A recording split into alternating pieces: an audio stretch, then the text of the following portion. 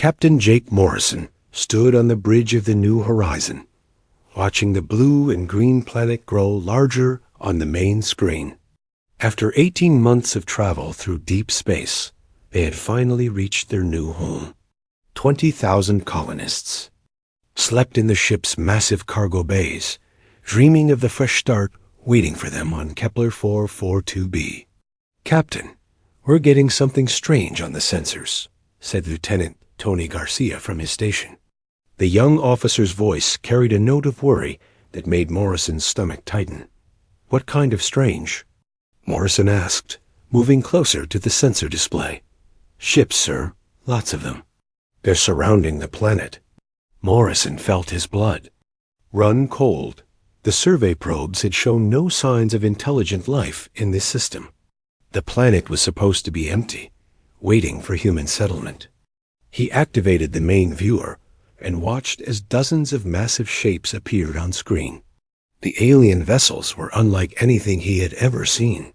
They looked more grown than built, with smooth curves and organic surfaces that seemed to pulse. With their own light. "How many?" Morrison asked. 47 vessels detected so far, sir. And they're big. The smallest one is twice the size of our ship." Morrison pressed the come button on his chair. "Commander Brooks to the bridge. Emergency." "Lisa." Brooks arrived within minutes, still wearing her sleep clothes. As the ship's diplomatic officer, she had studied every known alien language and first contact protocol. But nothing had prepared them for this. "Sir, we are receiving a transmission," Garcia reported. "It's coming through on multiple frequencies." "Put it on screen."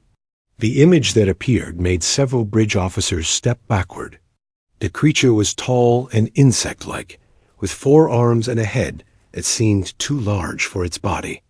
Its skin was dark green and appeared to be made of some kind of natural armor.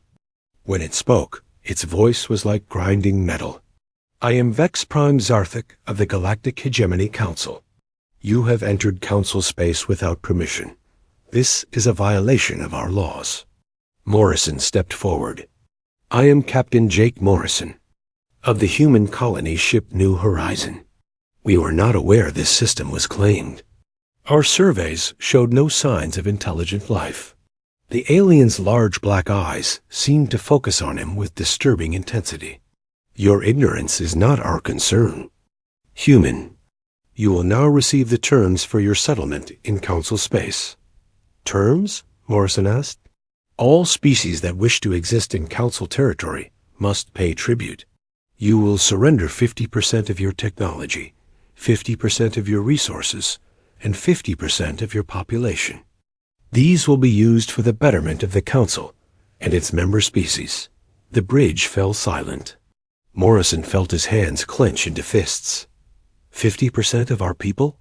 The strongest and most intelligent will be selected for service to the Council. The remainder may settle on the planet under our supervision. This is the law. It has been followed by 47 species before you. Commander Brooks moved to Morrison's side. "What happens to those selected for service?" "They will be relocated to worlds where their skills are needed. They will work for the glory of the Council. Their children will be raised as loyal servants of the hegemony." Morrison's jaw tightened. These aliens were talking about slavery, taking half their people and turning them into workers for some galactic empire. He looked around the bridge at his crew. Garcia was barely 25. Brooks had a daughter back on Earth. None of them had signed up to become slaves. "And if we refuse?" Morrison asked. Zarthik's expression didn't change, but his voice grew colder. "Refusal is not permitted. Species that resist are eliminated. Your vessels will be destroyed, and your people will die in space. The planet will remain empty until another species claims it and pays proper tribute." Dr. Ben Carter entered the bridge, having been called by Brooks. The chief scientist looked worried as he studied the alien ships on the screen. He moved to the science station and began running scans. "Captain," Carter said quietly, I'm detecting some unusual energy signatures from their ships. The technology is far more advanced than ours. And there's something else. They're scanning us very thoroughly. It's like they're looking for something specific. Morrison nodded and turned back to the alien commander. We need time to consider your offer. This is not an offer. This is the law. However, we will allow you 72 of your Earth hours to prepare your tribute lists. Any attempt to leave the system will result in immediate destruction. The transmission ended, leaving the bridge in stunned silence. Morrison slumped into his captain's chair, the weight of 20,000 lives pressing down on him.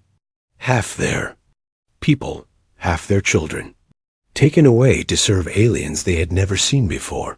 Sir, Garcia said suddenly, I'm picking up something else on long-range sensors. It's at the edge of the system. Morrison looked up. More alien ships? No, sir. These signatures look human. The main screen shifted to show the outer edge of the solar system. Space seemed to shimmer and twist, and then ships began appearing out of hyperspace. Human ships, lots of them. My God, Brooks whispered. It's the fleet. Morrison stood up, hardly daring to believe what he was seeing. The approaching vessels were massive warships, their hulls painted with the blue and white colors of United Earth. At their head was a ship he recognized from news broadcasts. The Terra's Wrath, flagship of Admiral Roy Hayes. They got our distress beacon, Morrison said, his voice filled with hope for the first time since the aliens had appeared. Dr. Carter looked up from his station with excitement. Captain, I'm reading over 200 ships in that fleet. Battleships, carriers, support vessels. It's the entire Third Fleet. The communications panel beeped, and Garcia quickly opened the channel. Admiral Hayes' weathered face appeared on screen. The old warrior looked grim but determined. Captain Morrison, this is Admiral Hayes. We received your distress call about potential alien contact. I see the situation has developed. Admiral, thank God you're here. The aliens are demanding tribute. Half our people, half our resources. They're threatening to destroy us if we refuse. Hayes' expression hardened. Is that so? Well, Captain, you can send a message to these aliens from the people of Earth. Morrison waited, knowing that whatever Hayes said next would determine the fate of everyone in the system. Tell them no tribute, no surrender, no negotiation. And if they want to fight, humanity is ready to give them one. The alien ships began, moving toward the human fleet, their organic forms pulsing with threatening energy.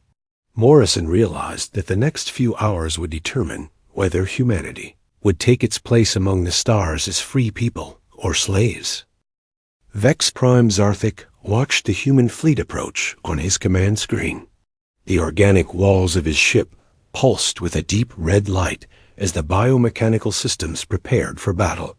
He had crushed 47 species before these humans. This would be no different. Destroy 3 of their smaller vessels, Zarthik ordered his weapons officer. Show them the price of defiance. The Council ships opened fire with weapons that bent space itself. Beams of twisted energy reached across the void and struck 3 human escort ships. The vessels simply came apart, their metal hulls unraveling.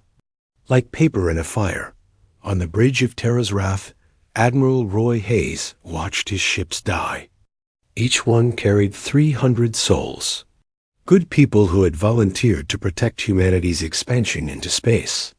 He felt the familiar cold anger that had carried him through 30 years of military service. All ships, attack pattern Delta. Hayes ordered, target their biggest vessel first. A human fleet spread out in a formation that looked chaotic to alien eyes. Ships moved in unpredictable patterns, some diving below the battle plane, while others climbed high above it. This was how humans had always fought. Not in neat lines like soldiers on parade, but like wolves hunting in a pack. Colonel Amy Davis launched from Terra's Wrath in her fighter craft, leading a squadron of 50 small attack ships. The fighters were tiny compared to the alien vessels, but they moved fast and could change direction in ways that confused the enemy sensors. "Remember your training," Davis spoke into her comm system. "Hit them hard and get out. Don't try to be heroes." Her fighters dove toward the alien fleet like angry hornets. The council ships tried to track them with their weapons, but the human craft moved too quickly and too randomly. Davis led her squadron straight at the largest alien vessel, the one that had destroyed their escort ships. The aliens fired everything they had, but most of their shots missed. When Davis reached the enemy ship, she did something that no species had ever tried before. She aimed her fighter directly at the alien hull and prepared to ram it. "For humanity," she whispered, and activated her ship's self-destruct system. The explosion tore a hole in the alien vessel's side. 49 other human fighters did the same thing, each pilot choosing death over surrender. The massive council ship staggered under the impacts, its biomechanical systems screaming in pain. Lieutenant Commander Peter Young watched the attack from his position on Terra's Wrath. The young officer had always been different from other military minds. Where others saw rules and regulations, he saw possibilities. Where others saw proper tactics, he saw opportunities for chaos. "Admiral," Young said, "I have an idea. The colonists have industrial fabricators on their ship. We could use them to make weapons." "What kind of weapons?" Hayes asked. "Simple ones. Take asteroids from the system's belt, strap engines to them, and fire them at the aliens at high speed. Nothing fancy, just big rocks moving really fast." Hayes looked at the tactical display. The alien ships had powerful energy shields that could stop most human weapons. But shields were designed to stop energy, not solid objects moving at near light speed. "Do it," Hayes ordered. Dr. Rachel Green worked frantically in her laboratory aboard Terra's Wrath. As the fleet's chief scientist, she had been studying the alien technology since the first shots were fired. What she found both amazed and terrified her. The council ships weren't just machines. They were alive in some way, connected by a kind of shared mind that allowed them to work together perfectly. But that connection was also their weakness. If she could disrupt it, the alien ships would lose their coordination. "I need to speak with the Admiral," Green said to her assistant. Minutes later, Hayes appeared on her lab screen. "What do you have for me, Doctor?" "The alien ships are connected by some kind of psychic network. If we can jam that network with electromagnetic pulses, we might be able to confuse them." "How do we do that?" "Every ship in the fleet fires their EMP weapons at the same time. It won't destroy them, but it might give us an advantage." Meanwhile, the battle continued to rage across space. The alien weapons were powerful, but the humans fought with a desperation that surprised their enemies. Human ships would ram alien vessels when their weapons ran out. Human crews would set their ships to explode rather than surrender. This was not how civilized species fought wars. The Council had expected the humans to follow proper battle protocols. Instead, they fought like wild animals, using tactics that made no sense to alien minds. Captain Sarah Bell led a boarding party onto a damaged council ship. Her team of Marines fought their way through corridors that seemed to breathe and pulse with organic life. The alien defenders were fierce, but they had never faced humans in close combat. Bell's team pushed deeper into the ship until they reached what looked like a command center. What they found there made Bell's blood run cold. The room was filled with creatures that had once been other species. They wore the faces of different alien races, but their eyes were empty. They moved like robots, following orders without thought or feeling. "My God," whispered Sergeant Mike Foster, one of Bell's Marines. "What did they do to them?" Bell activated her comm system. Admiral, you need to hear this. We found something terrible. She transmitted images of what they had discovered. The tribute system wasn't just about taking resources and people. A council was changing the conquered species, turning them into slaves who couldn't even remember their original lives. Hayes felt his anger turn to rage. These aliens weren't just demanding tribute. They were destroying entire civilizations, erasing their cultures and identities. The fight wasn't just about human freedom anymore. It was about stopping monsters. All ships, concentrate fire on the command vessel, Hayes ordered. We end this here. The human fleet focused their attacks on Zarthik's ship. Kinetic weapons made from asteroids smashed into its hull, while EMP bursts disrupted its systems. The great biomechanical vessel began to buckle under the assault. But even as his ship died around him, Zarthik managed to send one last message to the Council. Help was coming. The full might of the galactic hegemony would soon arrive to crush. These upstart humans. The alien command ship exploded in a burst of organic fire, taking Zarthik with it. But the victory came at a terrible cost. Half the human fleet was destroyed or damaged. Hundreds of good people were dead. Admiral Hayes looked at the tactical display, showing the remaining alien ships retreating. They had won this battle, but the war was just beginning. Long-range sensors already showed more Council fleets moving toward human space. Get me a channel to Earth, Hayes ordered. Tell them we need everything they've got. This is just the start. Word traveled fast through the dark corners of Council space. On slave worlds scattered across dozens of star systems, whispered conversations began in hidden places. The humans had said no. The humans had fought back. The humans had won there. First battle. General Chris Johnson stepped off the transport ship onto the surface of Kepler 442b. The planet was beautiful, with purple grass and orange trees that swayed in the gentle breeze. But it wasn't empty as the surveys had claimed. Johnson could see structures in the distance, buildings that looked like they had been grown rather than built. Spread out and stay alert, Johnson told his soldiers. We don't know what we're walking into. His team of 200 Marines moved carefully across the strange landscape. They had come down to secure the planet, while the fleet dealt with more. Council ships arriving in the system. What they found was worse than they had expected. The first building they entered was filled with beings from different alien species.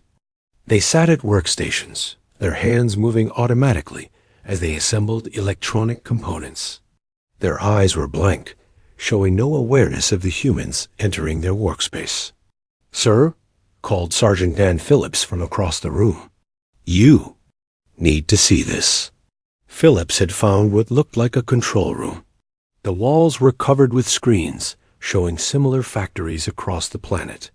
Thousands of alien workers, all moving with the same empty expressions, all working without rest. Johnson activated his comm unit. Admiral Hayes, we have a problem down here. This planet isn't uninhabited. It's a slave world. Hayes' voice crackled through the speaker. How many? Hard to say. Could be millions. They've been turned into some kind of workers. They don't even seem to know we're here. One of the aliens in the control room suddenly looked up. It was tall and thin, with silver skin and large blue eyes. For a moment, those eyes showed something that looked like intelligence. You, the alien said in broken English. You are the humans. The ones who fight. Johnson approached carefully. Can you understand me? I remember. Sometimes I remember. My name was Keth Prime Vollern. I was a shipbuilder. My people were called Zephyrians. That was before. Before what? Before the Council came. Before they changed us. Made us forget who we were. Vollern's voice grew stronger as he spoke, as if remembering how to be himself. But sometimes in dreams, I remember the old ways. Johnson helped Vollern to his feet. How long have you been here? Time time is hard to remember. Many seasons, many years. They take our memories, but they cannot take them all. Some of us still know what we lost. Johnson looked around the room at the other aliens. Some of them were beginning to look up, their blank expressions changing to confusion, and then to something that might have been hope. Can you help us? Johnson asked. Can you tell us about the Council? Vollern nodded slowly. The Council is not what they appear to be. They were once like us, slaves to something else. But they have forgotten their own slavery. Now they serve masters they cannot see. Meanwhile, in space above the planet, Admiral Hayes studied the tactical. Reports coming in from across the sector. The news was both good and bad. Human forces were winning individual battles, but the Council was bringing more ships from deeper in their territory. Commander Neil Scott worked at the intelligence station, analyzing captured Council data. What he found changed everything they thought they knew about their enemy. Admiral, Scott said, the Council isn't really in charge. They're being controlled by something else. Look at these communication patterns. Hayes studied the data. The Council ships weren't making their own decisions. Orders came from somewhere else, somewhere deeper in space where no one had ever traveled. What's controlling them? Hayes asked. Unknown, sir. But whatever it is, it's been doing this for a very long time. Thousands of years, maybe longer. Dr. Ashley White joined the conversation from her laboratory. She had been working with alien technology recovered from destroyed Council ships. I think I know what we're dealing with, she said. The Council ships aren't just biomechanical. They're infected with some kind of parasite. Something that takes over their minds. A parasite? Hayes asked. Think of it like a virus, but one that affects thoughts instead of bodies. It spreads from species to species, turning them into collectors for something bigger. On the planet below, General. Johnson's team had made contact with more of the enslaved aliens.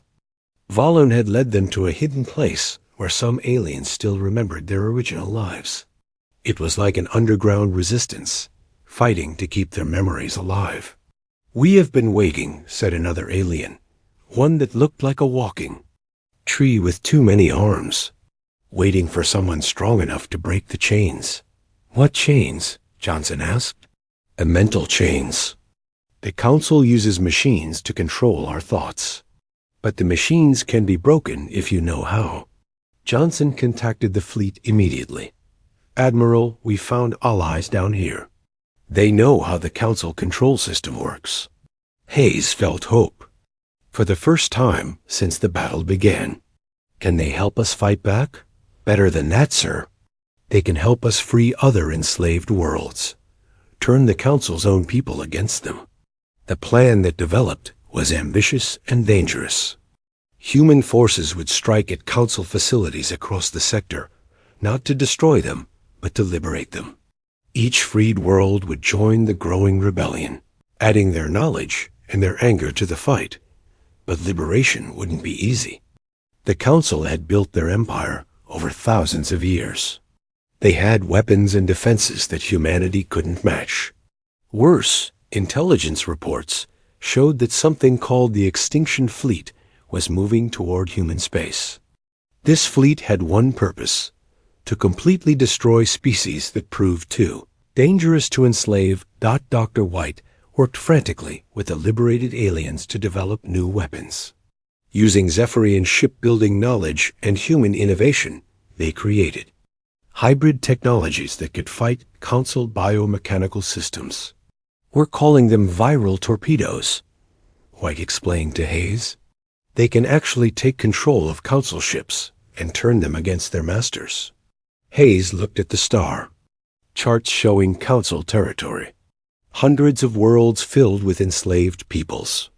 Billions of beings who had forgotten their own names and cultures. The job ahead seemed impossible. Sir, Commander Scott reported, we're getting signals from across the sector. Other species are rising up. The rebellion is spreading faster. than we hoped. Hayes smiled grimly. Humanity had always been good at inspiring others to fight for freedom. Maybe that would be enough. All ships, prepare for the next phase, Hayes ordered.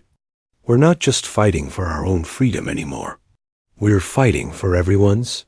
But even as hope grew, the sensors showed the extinction fleet getting closer. Time was running out. The extinction fleet arrived like a storm of death across the stars. 500 massive ships emerged from hyperspace at the edge of the Veil Nebula, their biomechanical hulls pulsing with dark energy. Each vessel was the size of a small moon, carrying weapons that could burn entire planets to ash. Admiral Roy Hayes stood on the bridge of Terra's Wrath, watching the enemy approach. Behind him was the largest fleet in human history, but it seemed tiny compared to what they faced. 200 human ships mixed with vessels from 43 different alien species, all united in their fight for freedom.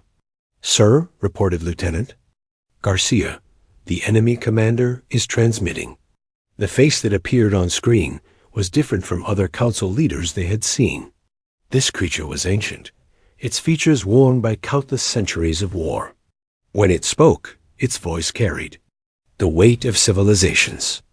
"I am Apex Prime Mordek, Supreme Commander of the Extinction Fleet. You have caused great disruption to the natural order. Your species will now be removed from existence." Hayes stepped forward. "The natural order? You mean slavery and oppression? We bring peace through unity, chaos through independence. You have chosen chaos. Now you will face the consequences." The transmission ended, and the massive alien fleet began to advance. But Hayes had chosen this battlefield carefully. The Veil Nebula was filled with gas clouds and energy storms that would interfere with sensors and weapons. In this environment, numbers mattered less than skill and determination. "All ships, scatter formation Gamma," Hayes ordered. "Make them work for every shot." Major Kelly Brown prepared for what everyone knew was a suicide mission. Her team of 50 Special Forces soldiers would attempt to board the enemy command ship and plant Dr. White's viral torpedoes directly into its central systems. The odds of success were almost zero, but it was their only chance to turn the tide. "Remember," Brown told her team as they suited up, "we're not just fighting for humanity anymore. Every enslaved being in the galaxy is counting on us." Her assault ship launched from Terra's Wrath and immediately disappeared into the swirling gases of the nebula. Using the energy storms as cover, they approached the massive command vessel that floated at the center of the enemy formation. Battle erupted across multiple dimensions as ships fought in the twisted space of the nebula. Human fighters dove through gas clouds to strike at alien vessels, while liberated Zephyrian ships used their advanced engines to outmaneuver the enemy. The freed tree-like Valdorians provided shields for smaller vessels, their natural abilities, allowing them to absorb and redirect energy attacks. Dr. Ben Carter worked frantically aboard New Horizon, putting the finishing touches on humanity's most desperate weapon. The Liberation Wave device was built from human technology and alien knowledge, designed to break the psychic chains that held the Council Empire together. "The theory is sound," Carter explained to Captain Morrison over the communication system. "If we can broadcast the right frequency across subspace, it should sever the control links holding every enslaved mind in Council territory." "What are the risks?" Morrison asked. "Complete system failure if we get the frequency wrong. Or worse, we might freeze so many minds at once that the shock kills them." Morrison looked at the tactical display, showing the battle raging around them. Human ships were dying by the dozens, their crews sacrificing themselves to buy time for the mission to succeed. "Do it," he ordered. Meanwhile, Major Brown's team had successfully infiltrated the enemy command ship. The interior was like a nightmare, with pulsing organic walls and creatures that looked like they had been assembled from parts of different species. Brown soldiers fought their way through corridors that seemed to breathe and bleed. "The central chamber should be just ahead," reported Sergeant Tim Walsh, checking his scanner. They burst through a membrane-like door and found themselves in a vast space filled with floating creatures, connected by streams of energy. At the center sat Apex Prime Mordok, but he wasn't what they had expected.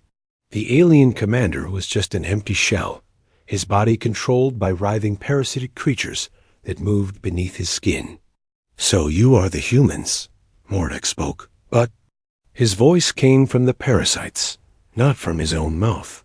"You have caused us much trouble, but now you will join us, as all strong species eventually do." Brown raised her weapon. "We'll never join you. You misunderstand. We do not ask. We take what we need."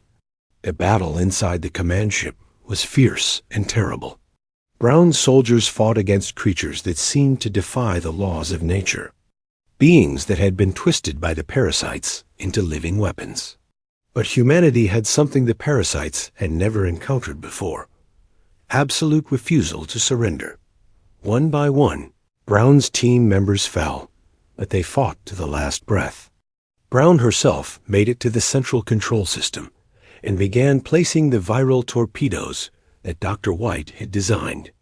As the devices activated, she felt the ship's biomechanical systems beginning to turn against their parasitic masters. At the same moment, Dr. Carter activated the liberation wave. The energy pulse spread across the galaxy faster than light itself, reaching every enslaved mind in council space. On thousands of worlds, millions of beings suddenly remembered who they had been before the council took them. The effect on the extinction fleet was immediate and devastating. The biomechanical ships began attacking each other as their crews remembered their original species and turned against their captors. Centuries of suppressed rage exploded across the fleet as liberated beings took revenge on their former masters. Apex Prime Mordok made one final desperate attempt to destroy the human fleet. His ship began charging a weapon that would collapse the local star into a black hole, taking everyone with it. But the newly freed crews of other council ships turned their weapons on their former commander.